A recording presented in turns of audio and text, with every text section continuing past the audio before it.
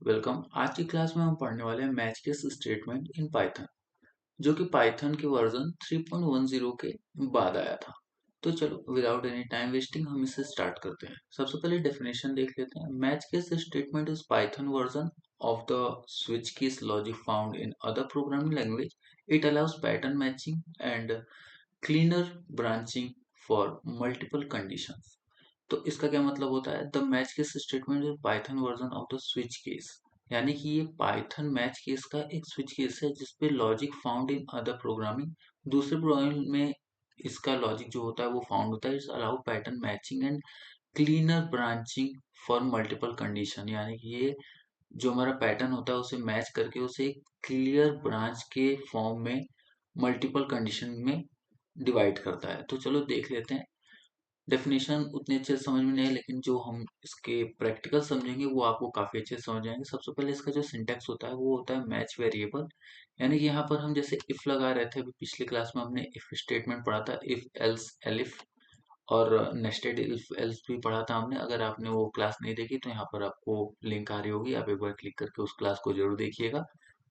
तो सबसे पहले हम जहाँ इफ का यूज कर रहे थे वहां पर हम लगाएंगे मैच, और उसके बाद इसमें मैच केस, यानी कि मैच इफ का काम करेगा और केस जो है हमारा वो एलिफ का काम करेगा। ठीक है, यानी कि जो हमारा केस है ना वो एलिफ का और एल्स दोनों का काम कर रहा है। तो आई होप कि आपको समझ में आ रहा होगा प्रॉपर। अगर आपको ऐसे प्रॉपर समझ में नहीं आ रहा है तो कोई बात नहीं, हम इसे अभी थोड़ा अलग तरीके से समझते हैं। ठीक है, तो यहाँ पर हमने खोल लिया VS कोड, और यहाँ पर हम एक फाइल बना लेते हैं। वो बना लेते हैं हम match.py से, और सिंपली हम इसे यहाँ पर पेस्ट कर देते हैं। तो देखो यहाँ पर हमें क्या करना है। सबसे पहले जो हमारा मैच है वो चलेगा, उसके बाद वेरिएबल देंगे हम, यानी कि कुछ भी जो भी इनपुट होगा वो वेरिएबल का नाम। उसके बाद केस करेंगे, वैल्यू करेंगे block the code, black the code. तो आई होप कि आपको ऐसी चीजें समझ में आ गई होंगी कि इसका जो सिंटेक्स है वो कैसे राइट डाउन होता है। तो चलो विदाउट एनी टाइम वेस्टिंग अब हम देखते हैं इसका एक एग्जांपल। ठीक है, एग्जांपल ले लेते हैं हम यहाँ से, और उसके बाद इसे यहाँ पर पेस्ट करते हैं। तो यहाँ पर हमारा language equals to input enter programming language. ठीक है, यानी कि हमने एक लैंग्वेज नाम का वेरिएबल बनाया और उससे हम यूजर से इनपुट ले रहे हैं dynamic program match language dot lower. Match lower को हमने इसलिए यूज करा क्योंकि जो भी इनपुट करेगा यूजर वो हम उसे लोअर फॉर्मेट में कन्वर्ट कर देंगे। तो आई होप आपको चीजें क्लियर हो रही होंगी। उसके बाद केस, अगर यूजर ने पाइथन करा तो प्रिंट यू चूज पाइथन, जावा करा तो यू चूज जावा, और जावा स्क्रिप्ट किया तो यू चूज जावा स्क्रिप्ट। और अगर यूजर ने कुछ अदर अगर एंट्री कर दी लैंग्वेज के पे, तो वहां पर हम एक अंडरस्कोर लगा करके और प्रिंट कर देंगे अननोन लैंग्वेज। चलो एक बार इसे रन करके देख लेते हैं ये कैसे काम करता है। सबसे पहले किशन डाल देता हूँ अपना ही नाम। तो देखो एक अननोन लैंग्वेज, यानी कि यूजर ने जो लैंग्वेज चूज करी है वो गलत है। अब यहीं पर मैं पाइथन कर देता हूँ। तो देखो यू चूज पाइथन, और अगर मैं यहीं पर जावा कर दूंगा ना तो देखना क्या होगा, जावा। तो यू चूज जावा, और अगर मैं फिर से अपने छोटे भाई का नाम डाल देता हूँ तो अननोन लैंग्वेज। ठीक है, तो आई होप आपको अच्छे से समझ में आ गया होगा मैच केस कैसे काम करता है। देखो मैच केस काम करने का सबसे जो इजिएस्ट फंडा है वो देखो, सबसे पहले हमने एक वेरिएबल लिया, उसके बाद मैच। यहाँ पर हमारा मैच जो है वो इफ का काम कर रहा है, और केस जो है हमारा वो एलिफ और एल्स दोनों का काम कर रहा है। ये केस जो है वो एल्स का काम कब करेगा, जब हम एक अंडरस्कोर लगा देंगे तब ये जो है वो एल्स का काम करेगा। ठीक है, तो आई होप आपको समझ में आ गया होगी चीजें कि ये चीजें कैसे काम करती हैं। चलो इससे भी हम एक बार कमेंट आउट कर लेते हैं, और अब हम देखने वाले हैं जंपिंग स्टेटमेंट के बारे में कि जंपिंग स्टेटमेंट क्या होता है। लेकिन उससे पहले हम देखेंगे की points introduce in Python 3.10 version. उसके बाद case act like the L's case underscore. ठीक है, इसे एक बार आप ध्यान देना, case underscore act like the L's statement default, यानी कि ये डिफॉल्ट टाइप से केस अंडरस्कोर जो है वो एल्स की तरह काम करता है। Can also do pattern matching with tuple list and types. तो ये यहाँ पर मल्टीपल केसेस में भी काम कर सकता है, अगर आप चाहें तो इससे मल्टीपल चीजें भी करा सकते हैं। तो आई होप आपको केस जो है वो क्लियर हो गया होगा। अब हम चलते हैं सीधे जंपिंग स्टेटमेंट पे। देखो जंपिंग स्टेटमेंट क्या होता है, यहाँ पर हम पढ़ने वाले हैं अभी इफ एल्स तो हमने पढ़ लिया। अब इसके बाद हम लूप पढ़ेंगे, तो लूप में हमें जंपिंग स्टेटमेंट का काम आएगा। तो सबसे पहले हम जंपिंग स्टेटमेंट को ही पढ़ते हुए चलते हैं। डेफिनेशन जो है, jumping statement are used to alter the normal flow. ठीक है, अटलर द नॉर्मल फ्लो का क्या मतलब होता है आगे देख लेंगे। Of program execution by jumping out of loop और skipping certain irritation.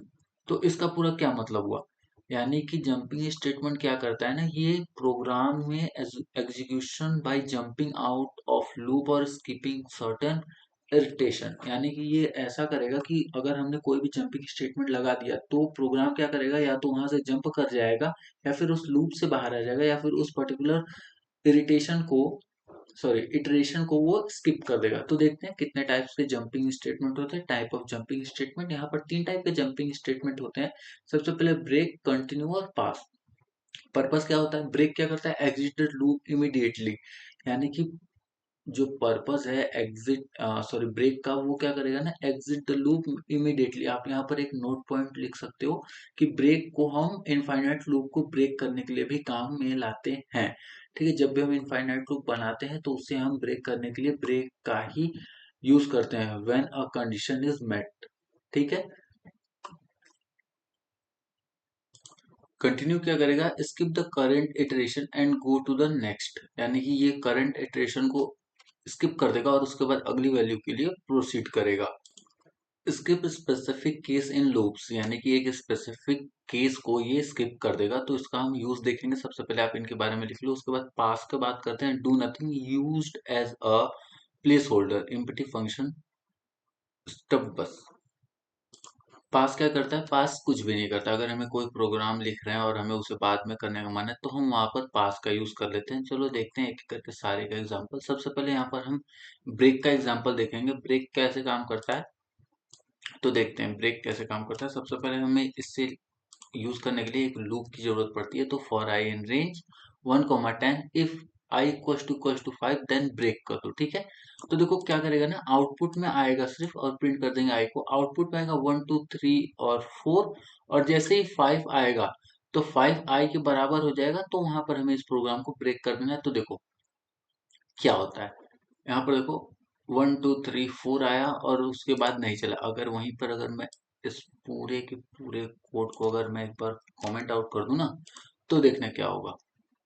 If for I in range 1, 10 print I, तो ये पूरा 10 तक चलेगा। देखो 1, 2, 3, 4, 5, 6, 7, 8, 9, सॉरी 9 तक चला, क्योंकि मैंने बताया था आपको पहले कि रेंज फंक्शन क्या करता है, ये दी हुई वैल्यू से एक वैल्यू कम लेता है। ठीक है, तो आई होप कि आपको समझ में आ गया होगा। अगर यहाँ पर हम ब्रेक लगाते हैं तो ब्रेक क्या करेगा, अगर आई की वैल्यू 5 के बराबर होती है तो यहीं से इसे ब्रेक कर देगा। ठीक है, तो अभी ज्यादा दिमाग लगाने की जरूरत नहीं है, क्योंकि ये चीजें अभी थोड़ा आगे आएंगी तो हम देखेंगे। ठीक है, क्योंकि अभी इफ एल्स अगर आप अभी पढ़ोगे तो फिर आपको उतना समझ में नहीं आएगा। बट कोई ना, टॉपिक है तो मैं बता दे रहा हूँ। और उसके बाद हम देखेंगे कंटिन्यू के एग्जाम्पल और पास के एग्जाम्पल, तो एक साथ ही देख लेते हैं दोनों को। तो यहाँ पर हम लेते हैं कंटिन्यू का एग्जाम्पल सबसे पहले। देखो कंटिन्यू का example, for I in range 1, 6, यानी कि ये 1, 5 तक के लिए चलेगा, और फॉर आई इक्वल्स टू 3 तब कंटिन्यू और प्रिंट आई। तो ये क्या करेगा ना, ये पर्टिकुलर 3 को स्किप कर देगा। देखना 1, 2, 3 है नहीं, 4 और 5। और अगर वहीं पर मैं इसे अगर कमेंट आउट कर दूं और उसके बाद अगर इसे रन करूं, तो देखो ये 5 तक चलेगा। 1, 2, 3, 4, 5। तो देखो आपको ऐसे समझाने में काफी आसानी होगी मुझे। 1, 2 और 3 नहीं है, 1, 2, 3 है। 3 क्यों नहीं है, इफ आई इक्वल्स टू 3 तब कंटिन्यू, यानी कि अगर आई की वैल्यू 3 हो जाती है ना, तो आई को कंटिन्यू कर दो, यानी कि उसे छोड़ दो। तो आई होप कि आपको कंटिन्यू भी क्लियर हो गया होगा। कंटिन्यू क्या करता है, कंटिन्यू पर्टिकुलर उसी वैल्यू को खत्म कर देता है, और ब्रेक क्या करता है, पर्टिकुलर वहीं से प्रोग्राम को ब्रेक ब्रेक कर देता है। ठीक है, अब इसके बाद देखते हैं हमारे पास बचा है पास स्टेटमेंट। देख लेते हैं पास स्टेटमेंट क्या करता है, हमारे लिए क्या करता है, हमें क्या ही करेगा। तो देखो पास स्टेटमेंट क्या करेगा यहाँ पर, फॉर आई इन रेंज 5, यानी कि ये प्रोग्राम जो है वो 4 तक चलेगा इफ I इक्वल्स टू 2 और pass placeholder for further logic, sorry placeholder for future logic. तो देखो पास क्या करेगा ना, यहाँ पर हमने पास तो दिया, लेकिन पास क्या करता है, ये प्लेस होल्डर होता है, यानी कि इसके बाद की वैल्यू, मतलब इसके ऊपर जो भी होगा वो खत्म है, उसका कोई यूज नहीं है, वो चलेगा ही नहीं। ठीक है, तो देखो ये पूरा चलेगा 0 से 4 तक के लिए। लेकिन अब यहीं पर पास क्या करेगा ना, पास अगर हम इस पास को यहाँ से हटा देंगे तो एरर शो करेगा, और अगर इस पास को हम ऐसे रखते हैं कि यहाँ पर अभी मेरा काम करने का मन नहीं है, मैं इसे पास करता हूँ, मैं यहाँ पर बाद में काम करूंगा। ठीक है, तो आई होप कि आपको पास भी क्लियर हो गया होगा अच्छे से।